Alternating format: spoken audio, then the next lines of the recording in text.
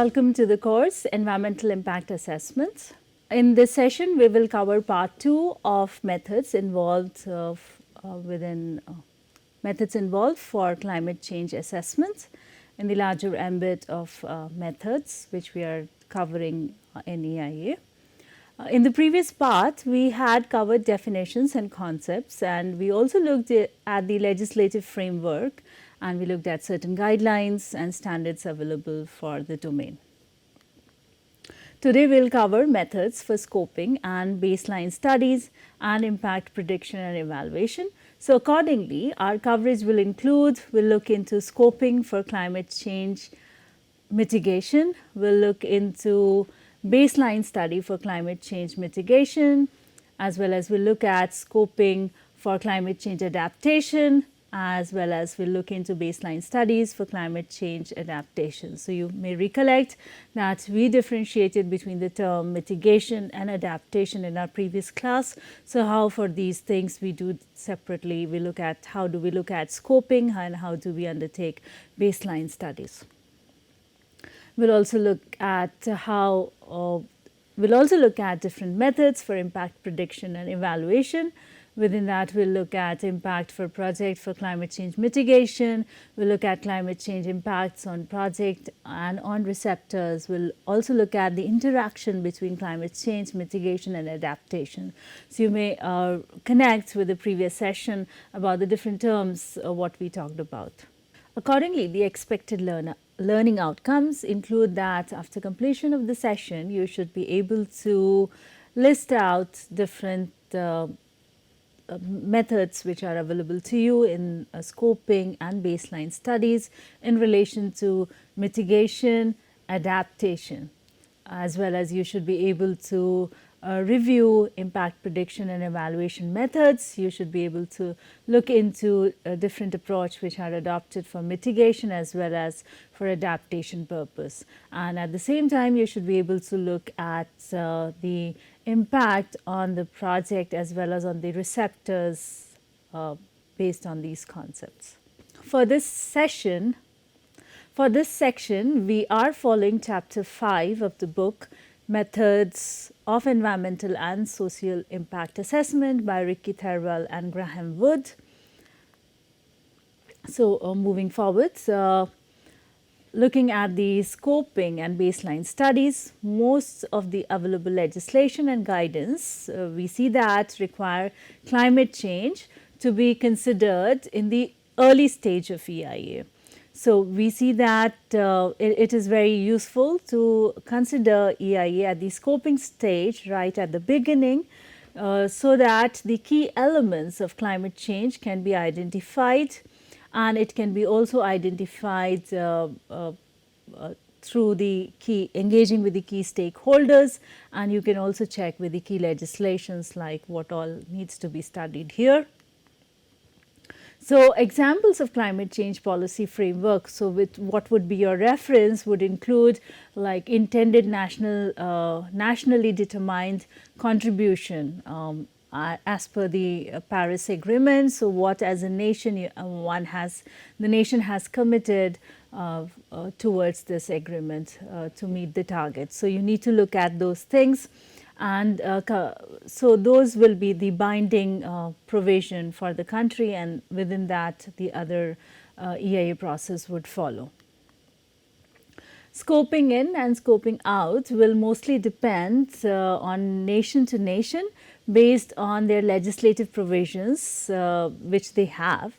Mostly it is suggested that climate change should be put in scope for all major infrastructure projects. So, minor would not really have that kind of impact, but it is important to consider the major infrastructure projects as they are likely to contribute toward the greenhouse gases.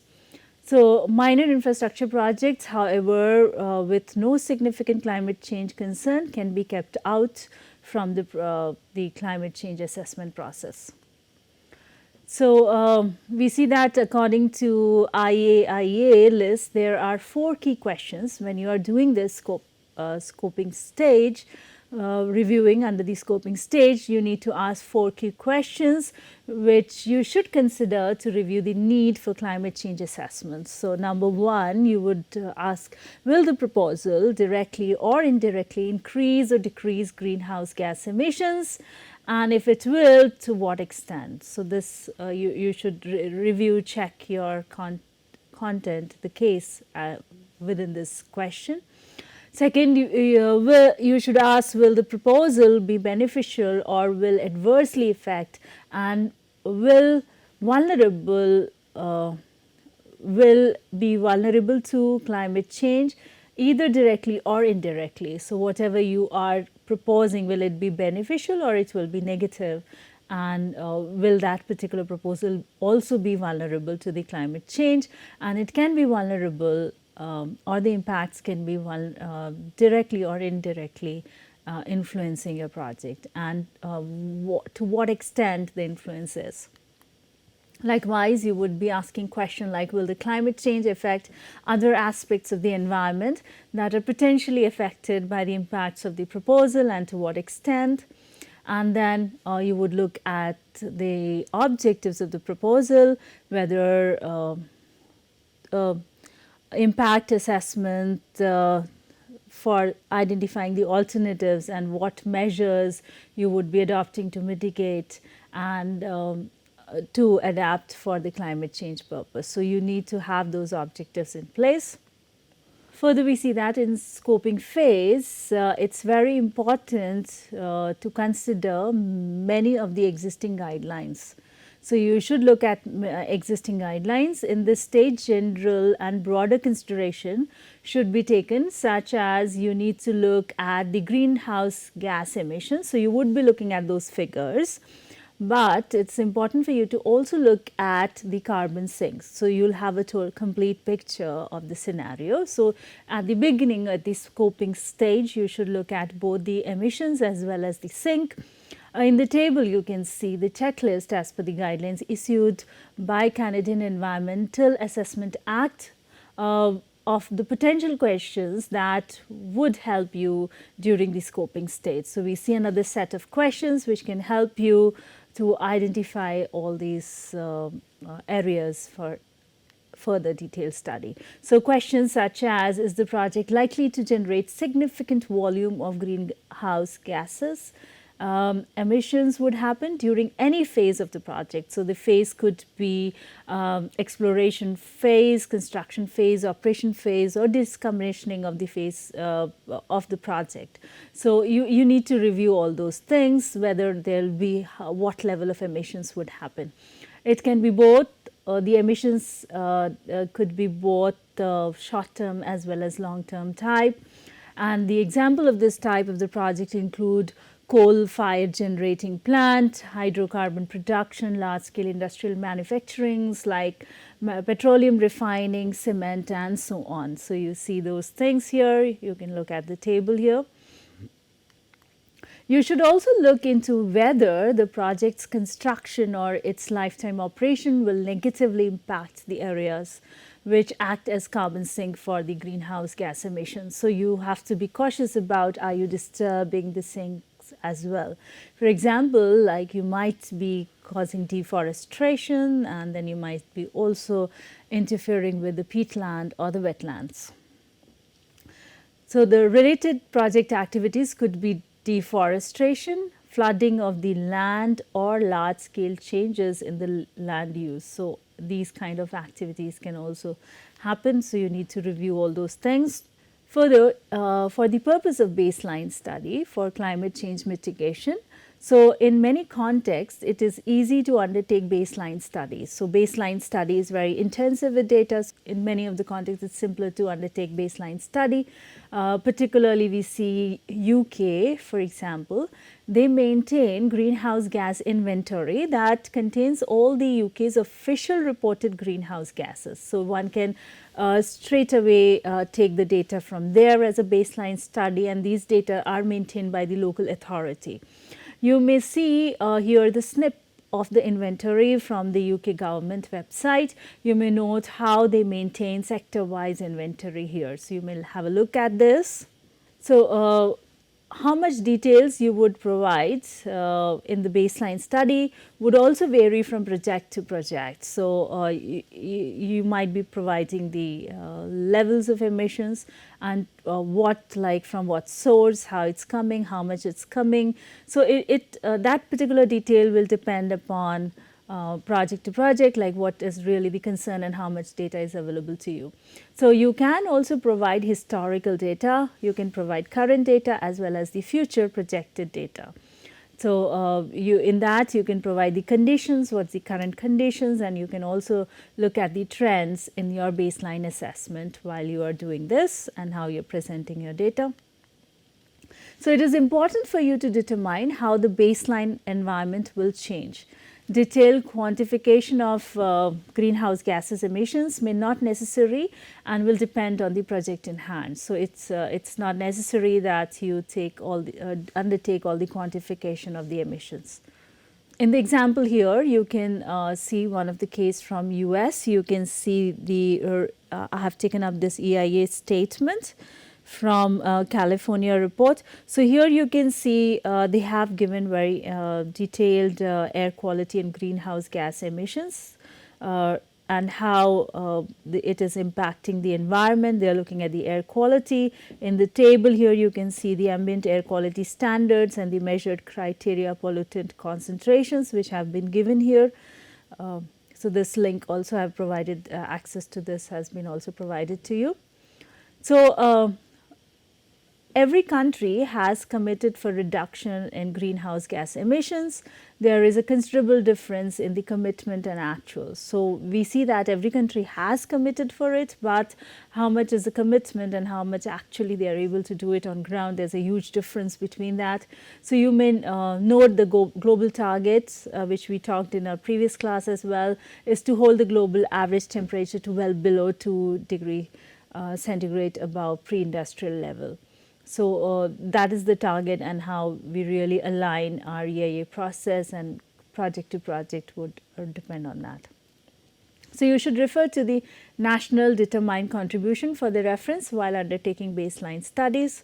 So, you may have observed commitment of our Prime Minister at the 26th Conference of Parties COP26, where PM gave five-fold strategy termed as Panchamrita to achieve the emission goals, which include use of non-fossil energy capacity. Then you also see that to meet 50% of its energy requirement from the renewable energy sources, as well as to reduce the total projected carbon emissions by 1 billion tons from now onwards till 2030.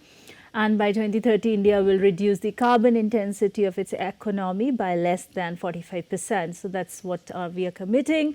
By the year 2070, India will achieve the target of net zero. So, that you would look like such kind of commitment to really evaluate our position.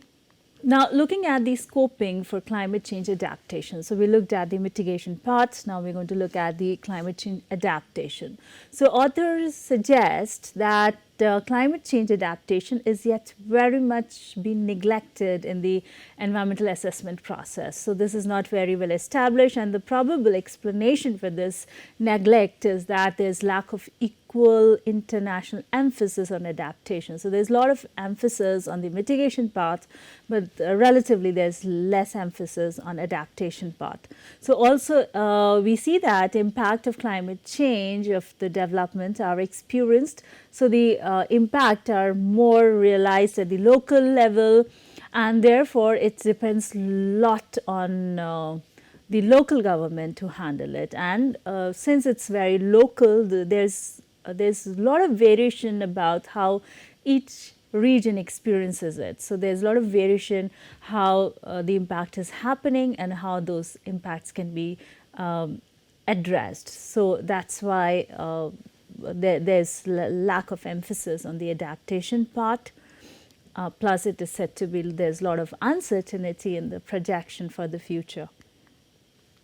So now looking at the project's lifetime and the climate change. So once we look at this adaptation, we also look at the project lifetime and when we look at the climate change. So what project lifetime we should really consider while assessing this. So you may know that most major infrastructure projects are likely to have a lifetime of around 60 to 100 years. So most of the major projects have this lifetime, and some of the major infrastructure projects could have even bigger lifetime, like lifetime from the operational to the decommissioning phase. So the example could be the nuclear power station could be 160 plus years. So the lifespan, the project lifespan would vary. So for the purpose of climate change, you need to take a larger lifespan period for your estimations. It is suggested that full lifetime may be considered during the study. In the figure, you can see the typical lifetime of infrastructure alongside climate change timescales project based on the projects in UK. So you can see here what's the range of time lifetime it has and how what kind of climate change impact it would have. You should consider the impacts on projects and or adaptation capacity of receiving environments. You should consider the impacts on project and or adaptation capacity of the receiving environment. So we have been seeing in all our domain that one needs to also look into this aspect, that what is the sensitivity of the receiving environment. So you need to look at in such cases also you need to look at the adaptation of the receiving environment and also look at the impact on the project by the climate changes, and you should look at all the stages of the project for the purpose of assessment. So all the stages, you're now familiar with all the stages here. So as per the suggestion from IEMA, the scoping of adaptation should involve, you should come to an agreement with key stakeholders on the most appropriate climate change projection. So to adopt the assessment and any necessary methodological consideration to be taken. So it has to be a participatory approach, and you need to look at the key stakeholders, and you should come to an agreement like what all projections you would consider here. Further, you should identify the scale and scope of the project's initial design and its potential impact. So what's really been put in the initial design and what kind of impact it might have on the receiving environment. And you need to consider that how it is going to affect, how it will be affected by the changing climate. Further, you should engage with the key stakeholders to identify the policy and regulatory regime, like within what policy framework you are working. So that understanding has to be developed here. So these are the suggestions made while you are doing scoping for the adaptation purpose. Further, you should consider certain issues for adaptation, such as you should look into the applicable regulatory and legislative requirements of nation, state and the project. So you should look at these things. Further, you should review the nature of the project, what kind of project you are dealing with, its location and resilience to the climate change. As you saw that the project lifespan also varies, the activities also varies, and the kind of impact it might have or the risk it might have also varies. So you need to look at the nature of the project. You should look at the duration of the project. What was the duration of the project? You should review the climate related parameters likely to influence the project. So we'll be also looking at the climate related parameters here. You should anticipate changes to those climatic parameters over the life of the project. So you've already seen what lifespan we take for the project.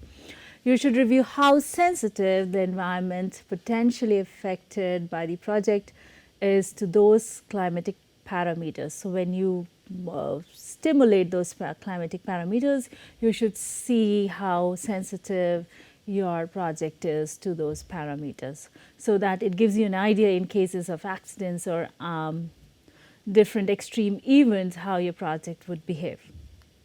So you have to review the possible changes in the time span of 50 or 100 years into the future. Now looking at the baseline study for climate change adaptation. So now moving on, we see how you undertake baseline study for understanding, assessing climate change adaptation. So, within the climate change adaptation, under the provision of UNFCCC, climate change models have been downscaled.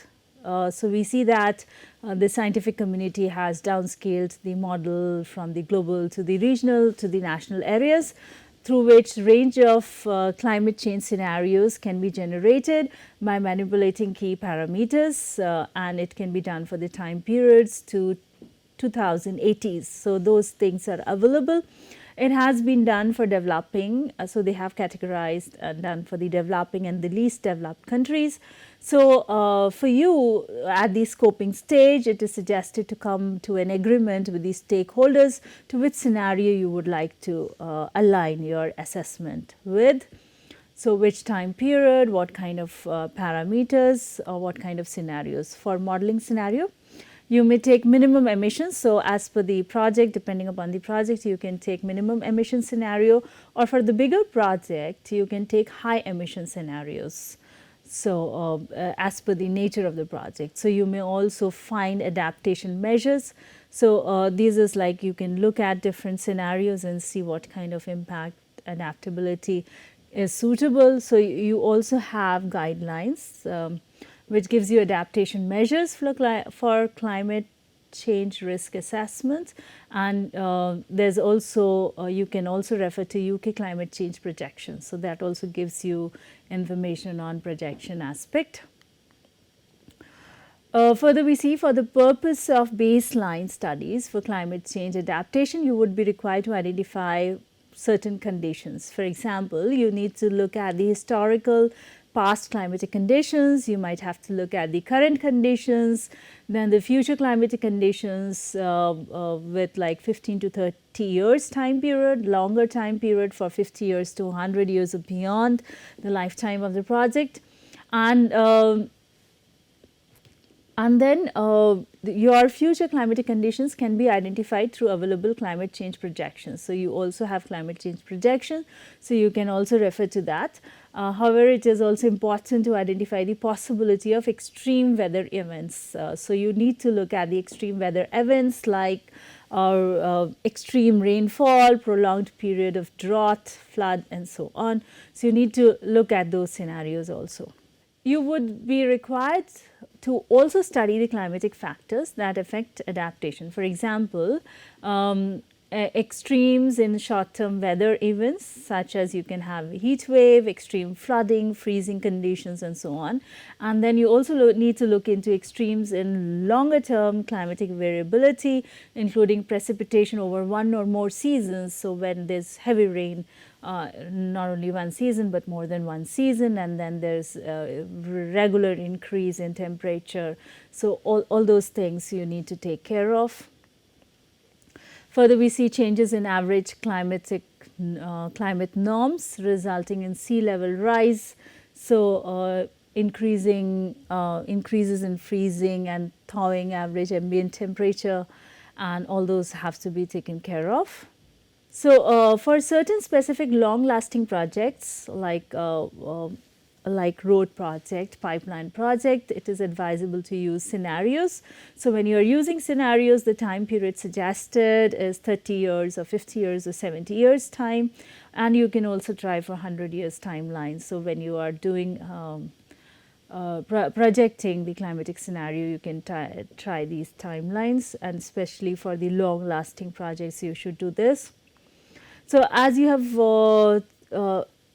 to also review the vulnerability and sensitivity of the receptor. So, in this process, you would be required to review vulnerability and sensitivity of the receptors, the community or the physical features which are on the receiving side. So, you need to look at how vulnerable that is, how sensitive that is to the existing or prevailing climatic conditions, and based on that you can classify your assessment into highly vulnerable, moderate vulnerable, and low vulnerable.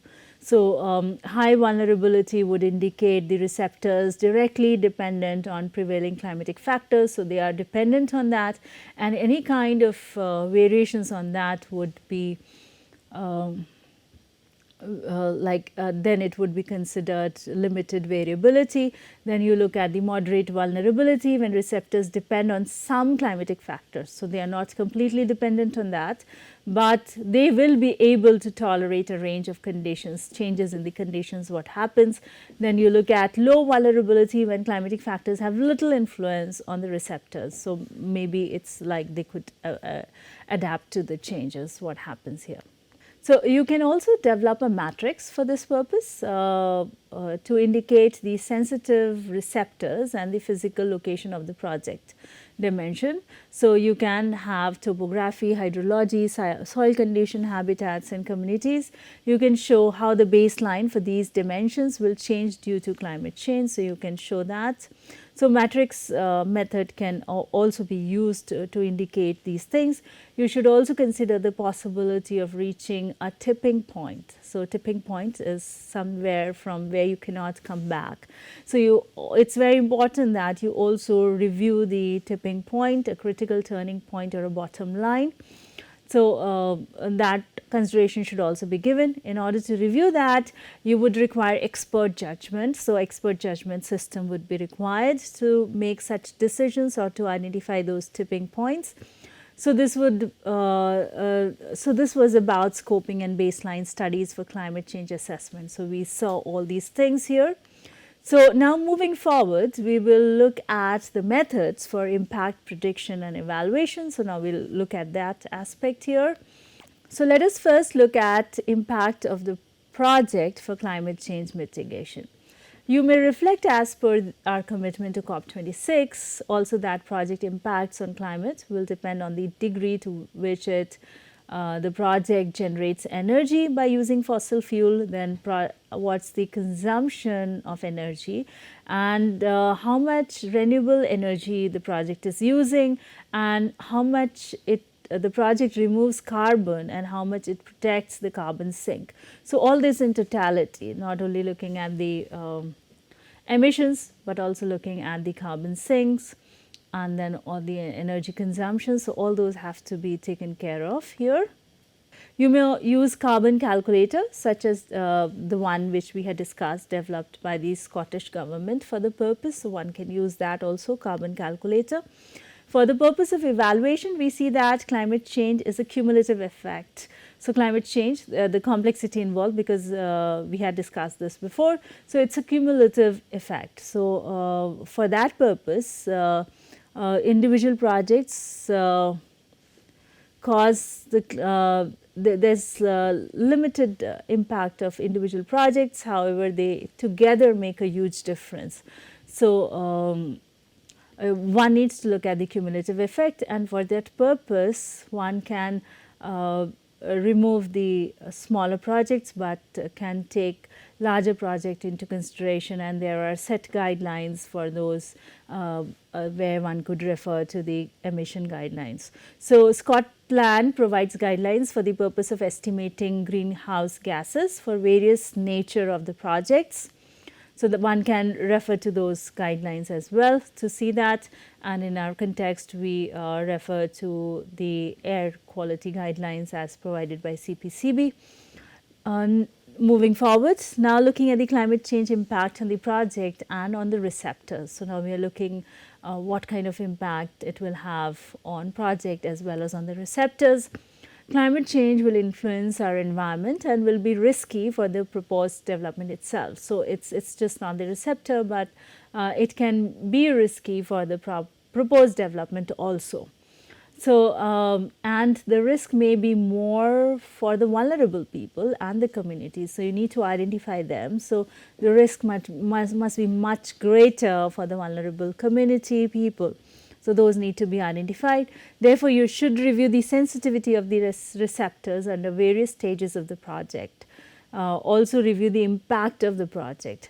There might be interaction between the project and the climate change and also the other socio-economic factors. So you may also consider that. So as we had talked about adaptation, mitigation and also interaction between that, plus whenever we are considering the vulnerable community, then you also need to look at the actual climate change and then the socio-economic factors which might be influencing or increasing the vulnerability of the people. So there are many sectorial assessment available for the purpose. You may find that UK climate change risk assessment, there's based which provides guidelines on agriculture and forestry. It provides on business, it provides on health and well-being, buildings and infrastructure and natural environment. So all these sectorial assessments are available for reference. In the table here you can see the assessment for buildings and infrastructure and health. You can see here on the left hand side you can see the risk involved in built environment, and on the right hand side you can see the opportunities. For example, you can see energy infrastructure at significant risk of flooding as a potential risk and reduced demand for energy for cooling as opportunities. So you can see here how what kind of risk and what kind of opportunities are there with all the kind of projects here. So likewise you may review of transportation project and water projects. So what kind of risks are there and what kind of opportunities are there. Likewise you can see the risk for the building projects. So there can be damage to the property due to flooding and the coastal erosion. Then you can have overheating in the buildings including homes, schools and hospitals and so on. Likewise you can see the risk on health and well-being and the opportunities. You can see that how there can be increased summer temperature may lead to increased risk of mortality and morbidity. So there can be more deaths because of this. People can be, many more people might get sick and unhealthy. So that's the risk. And then but the opportunity is increased winter temperature may lead to decreased level of mortality and morbidity due to cold. So less people might die because of the cold weather. So there's both a component to that. So for the purpose of vulnerability assessment, so how do we really take the vulnerability assessment? You should review critical interdependency. So you need to see how interdependency is there between one factor to the another. So the socio-economic and then all the climate change aspects. So how they are interdependent. So you need to identify those critical interdependency. And you may note that one failure, if you identify those interdependence, you may note that one failure might lead to several other failures. So for example, flooded power station lead to power cuts, and when there is power cuts, there might be lack of communication and many other services might get stopped. So you have to really look at the interdependency between things. You would be looking at the impact now, when you review the impact, you might be, while looking at that, you might be looking at the magnitude of the impact. So how big is the impact on the baseline conditions, under the current conditions, and what's the significance of the effect. Further, you would also see that the effect of climate change on the receptors without the project. So you would be looking at what kind of effect the climate change has on the receptors without the project, and then you would look at the impact of project, whether it is positive or negative on the baseline scenario. So what will happen with the project, what kind of changes will happen, and you need to define these changes if they are significant. So that would be your, while you undertake that, that would be your responsibility to clearly state that. You should also consider the susceptibility or resilience of the receptor to the climate change. So you may identify high value receptors. So that high value receptors are those which have very little resilience to the changes in the climatic conditions. So if something is not able to change to whatever change would happen, not able to adapt to that, or is not resilient to that, so then you need to identify those, and those priority areas have to be clearly stated. You need to review the uncertainty of the combined effects. So, if there is a combined effect, you need to bring them up as well. You may see the examples here for reference. Further, you need to review the interaction between climate change and mitigation and adaptation. So, this is the third component where you need to look at the interaction between them.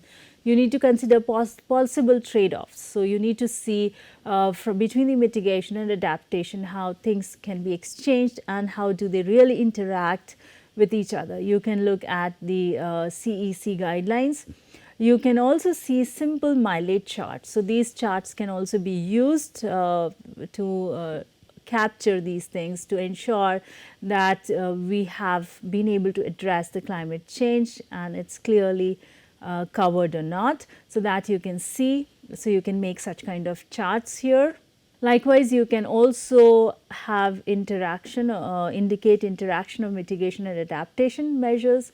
The example which we can see here is which shows the measure for biodiversity, and you can see the positive to negative impact and also win-win situations. So, how these things are interacting from negative to positive and how one can, with the trade-offs and other things, can look at the win-win situation. So, you can look at this graph here.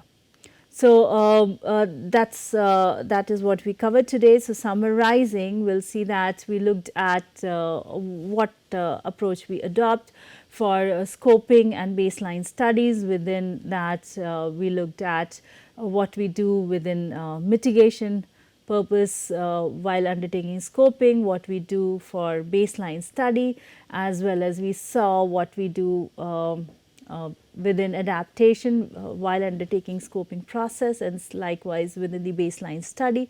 We further saw within the impact prediction and evaluation, how do we really look at the climate change mitigation aspect, how do we really undertake project like climate change impact on project and on receptors. Further, how do we really evaluate interaction between climate change, mitigation and adaptation, and we saw some very simple tool to represent those things. So, that's all for today. These were the references used. So, these are certain suggested watch and read for you to identify more and more of the areas and similar studies here. Please feel free to ask questions. Let us know about any concerns you have. Do share your opinions, experiences and suggestions. Looking forward to interacting and co-learning with you while exploring the subject of EIA. Thank you.